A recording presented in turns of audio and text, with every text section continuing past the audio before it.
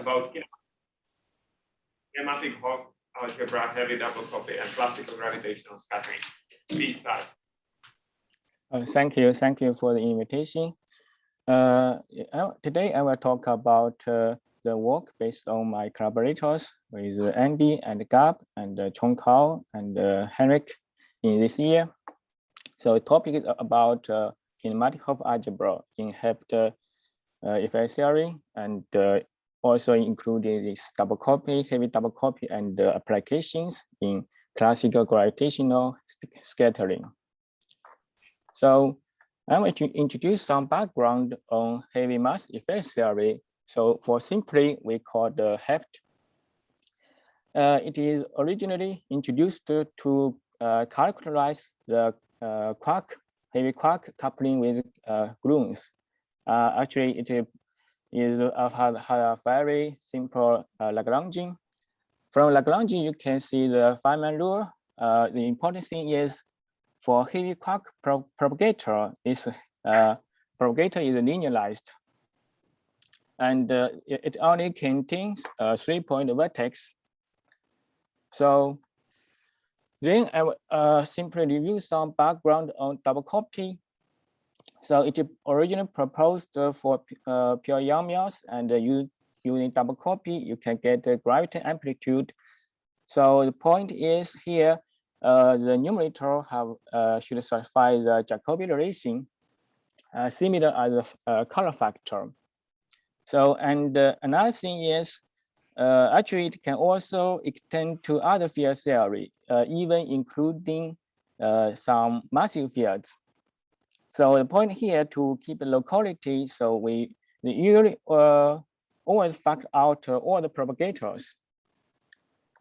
So now I'll talk about what is heavy double copy. So this is the motivation to construct the heavy double copy is try to construct the pure classical amplitude with matter-Gravitron coupling.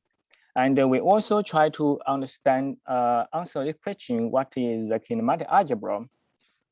So at a 4-point example, a very simple example, if you expand in heavy mass limit from a full theory, either with scalar or massive quark or heavy mass vectors, actually the leading order always of quadratic order in terms in terms of mass.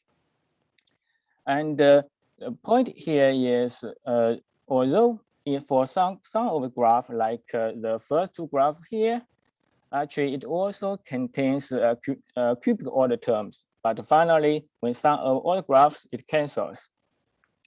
Another point is in the remaining quadratic order terms, actually it have some double pole because of from the heavy mass propagators. So to this end, we need to using some different double copy. We call the heavy double copy, and the point is we only factor out the massless propagators in halved amplitude with gluons, and we take the square of the numerator and also the heavy mass propagators for halved with graviton. So, we focus on the amplitude, or what we call the halved amplitude, with n-2 massless particles and 2 heavy matters. So this includes 3 building blocks. Actually, first one is we define a pre-numerator. This can be generated from abstract fusion product of heavy source current, and from this pre-numerator we can sum of all the cubic graph, and with some BC numerator divide the massless propagators, and then you can construct, you can get the Young mass, or what we call the half amplitude with gluons. Similar like original double copy, we only need to take a square of the numerator and divide only for the massless particles then you can conjugate the heavy amplitude with gravitons.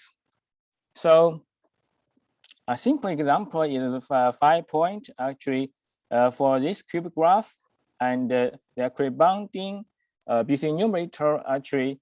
Then the BC numerator actually you can just expand the next commutators of the index. It already contain 4 terms. So you can see the propagator here only contain the massless propagator as shown in cubic graph. So then why we actually this Hopf amplitude have very good advantage is it can conjugate kinematic algebra conveniently. So we starting from some abstract algebra framework, that is it contains some abstract generator, and we define some fusion product of them. And the difference between Yang-Mills and Hopf, that is for Yang-Mills, actually we somehow we take off shell for the last leg and then attach a heavy source. Then we can get the Hopf BC numerator. The point here is the last leg of this massless particle actually become off shell, and it will induce that the BC numerator will become gauge invariant. So then then we can try to conjugate kinematic algebra in Hopf. The first step is try to fix the algebra generators. So we observe something from some few point examples for the generator by some brute force answers. Actually, like up to 5 point, then we find we can introduce some abstract tensor, or we call it T here. This generator encodes some subscript with a multi-component, and this generator actually the general definition can be shown in this figure. Actually, it contains massive propagators, and also the numerators are composed by the stress tensor and some velocity tensor we define here. So finally, this is the important thing here. This BC numerator, or each term in this pre-numerator, actually it is gauge invariant and low quality and full cross symmetry for all the massless particles. So there are some subscript in the velocity tensor. Actually, this can be read out from this music graph. Actually, for example, in this example, this theta tau 2, actually, it only contains 1 index. Then, for example, this theta tau 3, it contains these 2. Actually, it is lower left on the music graph. So this is generators. Then we can define the next thing is we need to define the fusion product. And to this end, we need to we require this pre-numerator from the fusion product correct and generate correct Hopf amplitude.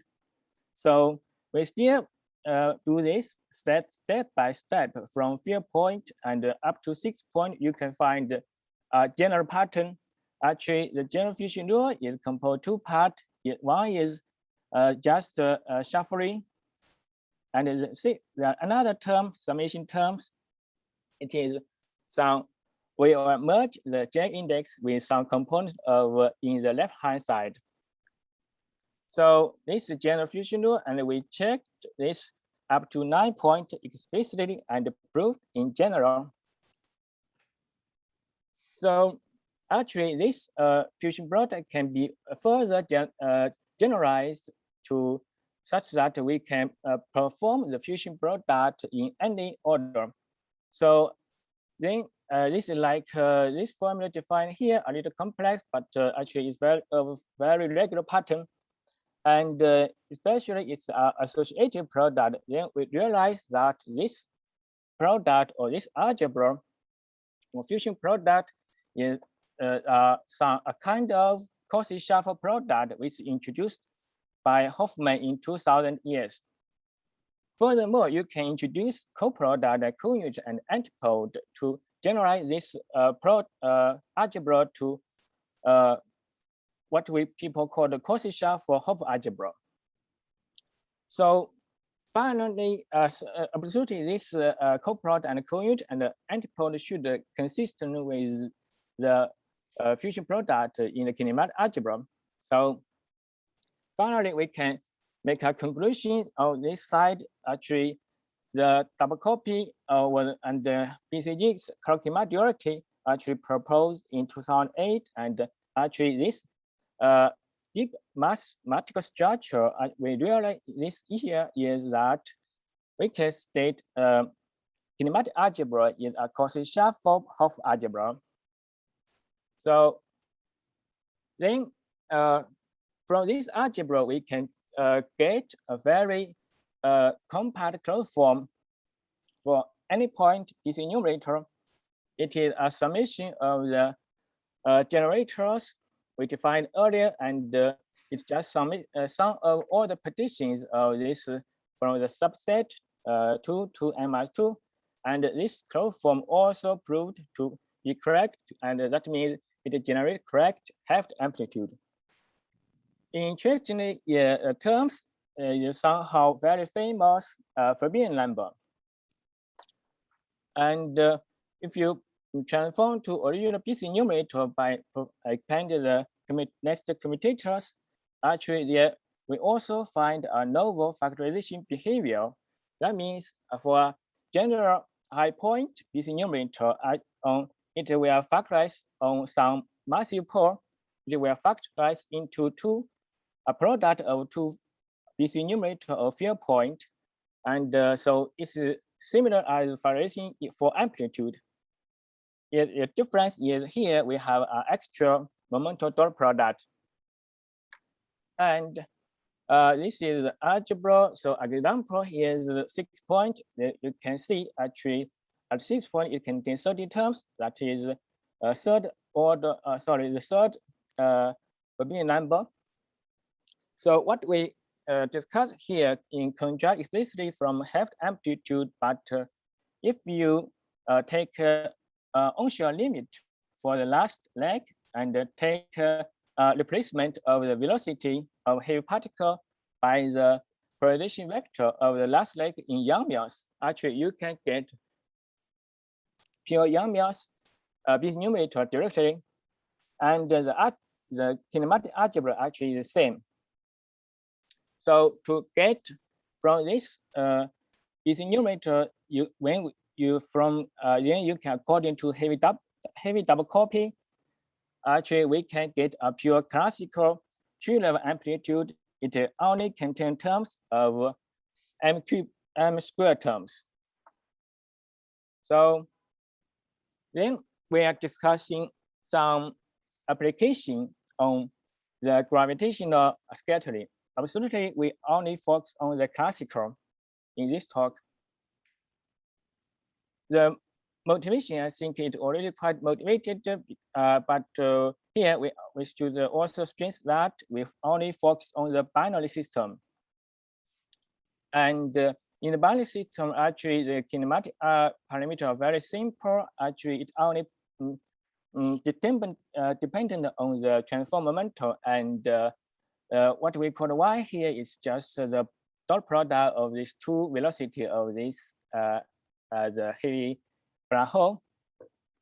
The method is in the still from some story from classical physics from loops, and we also based using the utility cut is very useful rule, and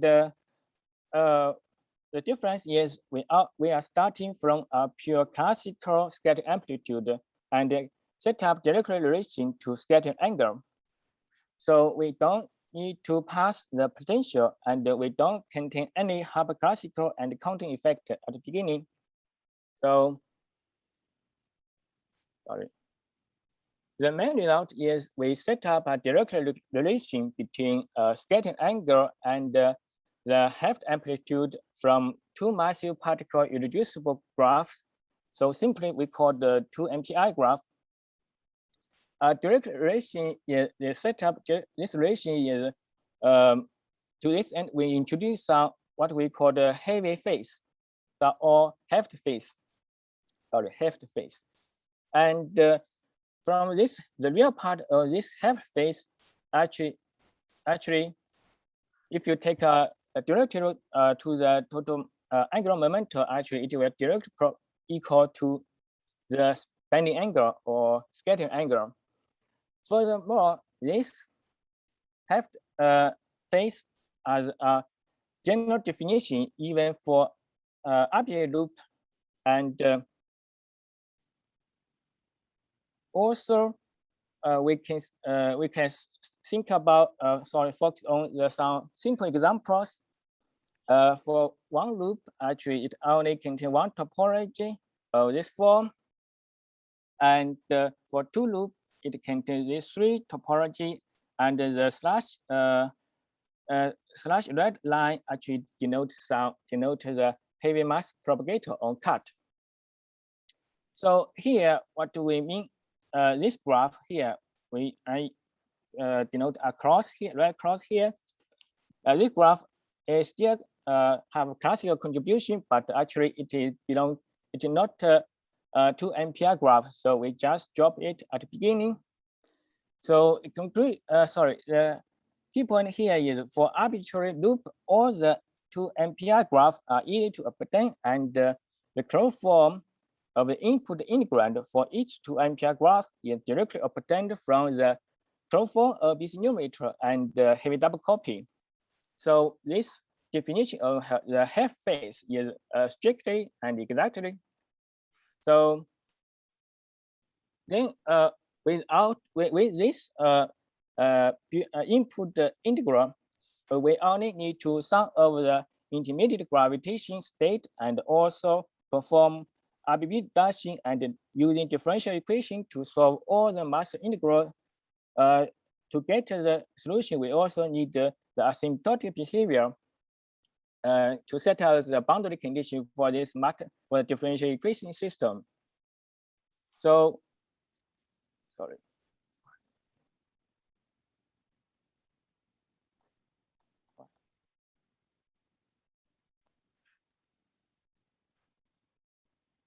Okay, sorry. Then we can apply this to 2 PM, that is one loop gravitational scattering.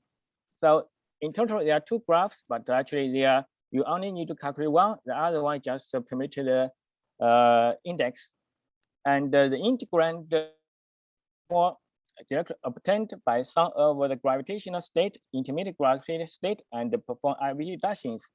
Then you will find a d-dimensional form of this we call the 2 MPI amplitude, and then we transform to impact parameter space and compare with bending angle in geodesic approach from gravitational side. Then we find this equation is hold, and at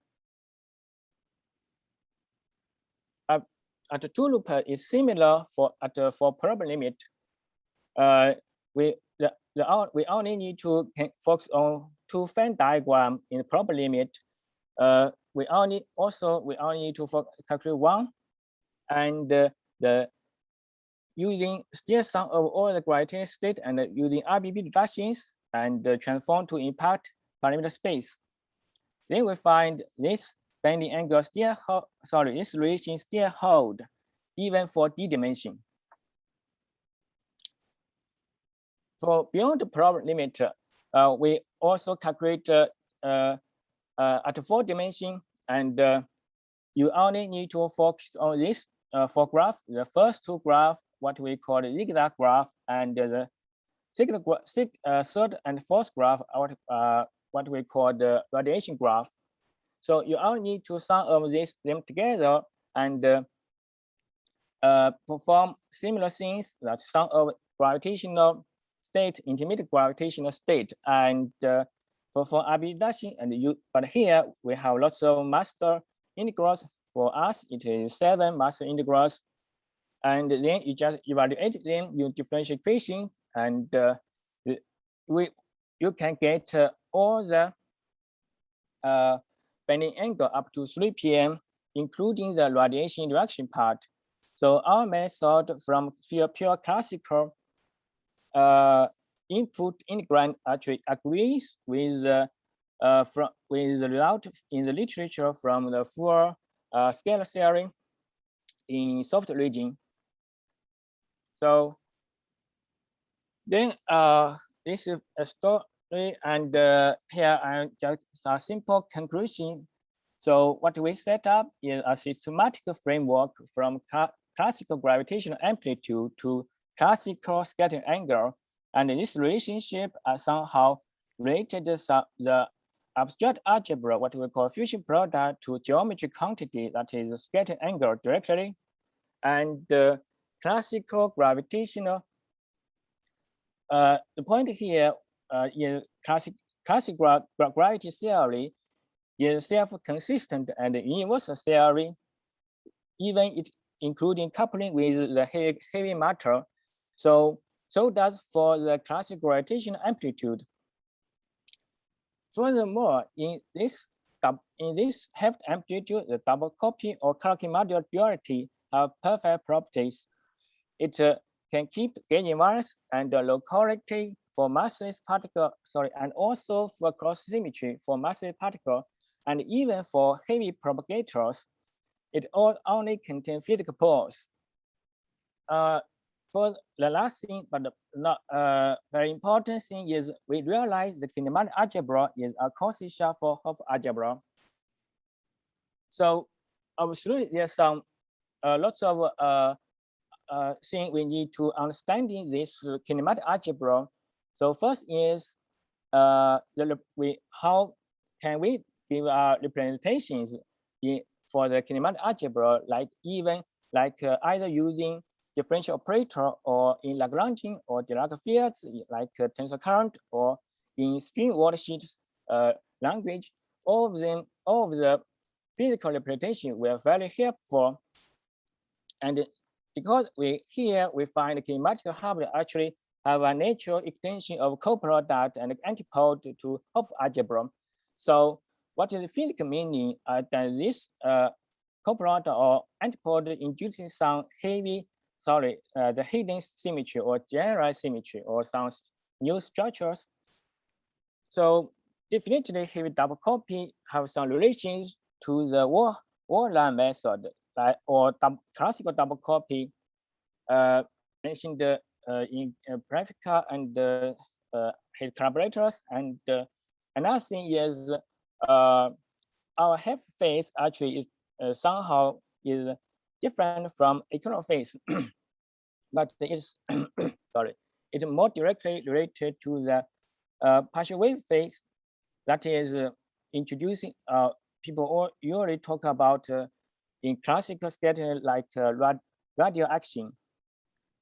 So the relation between them are actually very important to understanding the Hopf phase and the deep physics in our method. And then it is about some extensions. Absolutely, we want it possible to go beyond the two loop. That is, you can perform high PM order like 4 or 5 or 6, and you can also extend to some exclusive classical scattering with gravitational wave, like somehow this 5-point amplitude. Also, you can also extend to try to characterize the metric distribution in binary bound system. One from the 2+1 scattering, because this one actually we can take a problem limit for this one with this particle. And another thing is somehow we try to extend from pure Young mass at a heavy source to the amplitude. So how about if we replace this heavy source by classical spin source or plane wave source. This will lead very, I think we're related to classical classical scattering with spins, and also for the try to relate it to the classical double copy on equation motion solutions even in curved space-time. So somehow in some outlook for some long term, because somehow the method for binary system on classical scattering already very efficient using modern amplitude method, but here we still need to have some blocks on the sum of the gravitational state, and also perform the RPP reduction and the solving differential equations. So does this some direct method to get the integrand, I mean, after the sum of the gravitational state, or directly get the integral, I mean, perform integration directly? So deep understanding the kinematic algebra, or because it is some Hopf algebra, and try to calculate the general symmetry will very helpful to this simplify the binary system. And hopefully we can also go beyond the perturbative theory and answer the question that classical gravitational scattering is integrable. And as from scattering amplitude, we can also characterize the quantum gravity and quantum geometries. So does this possible to explore the dynamics in Hawking radiation, or even deep black hole scattering, and even inner structure of black hole? So that's all. Thank you.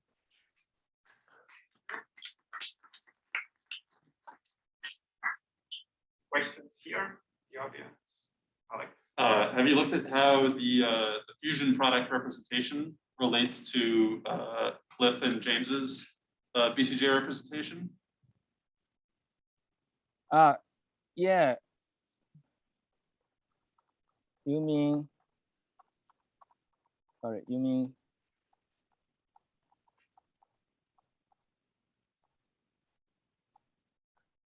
This fusion product here? Yeah, and the further one where you have the field, like where you have it expanded in terms of field strengths. Yeah, right. Yeah, and I think the next slide also. Also next slide. Yeah.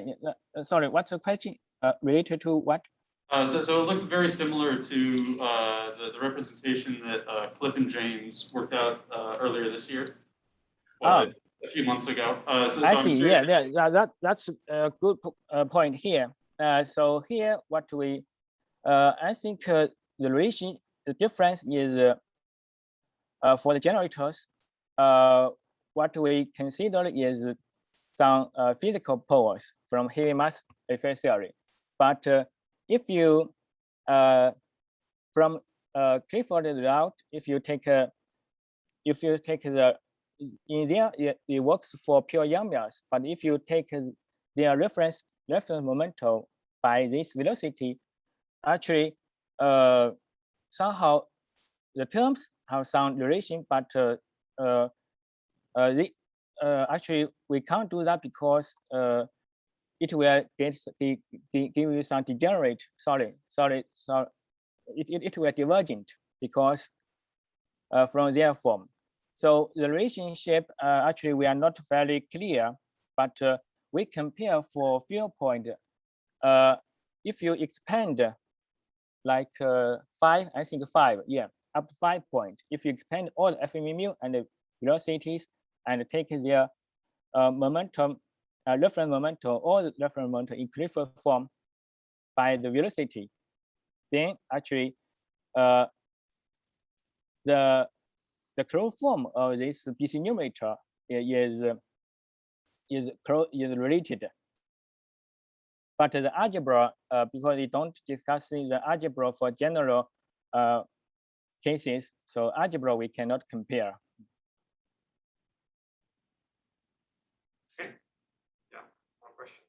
Why do you call it Hopf? I suppose two reasons. First, like HQT is a well-established name. So in general, called heavy particle effect theory. And two, Hopf is already used in beyond standard physics for like the Higgs effective field theory. Yeah. Actually, we first we don't know this have already used in Higgs effect theory, right? But I think we find because this is some universal it's a universal theory. It also works for the scalar, heavy scalar. So I think yeah. So that's why we just take this heft as a general name for this leading order for this universal amplitude. Because even you consider Higgs theory and take only on the leading order, it is still this amplitude. So that's our point. Sorry, just for clarification, you're always only working to leading order in the large mass expansion. You never go anywhere. That's right. Yeah, that's right.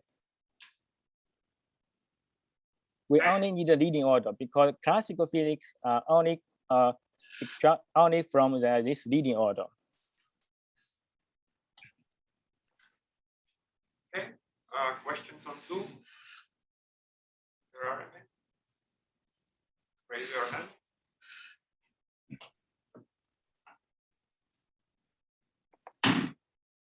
Okay, no questions. Then thanks a lot to the speaker again and all the speakers of this session.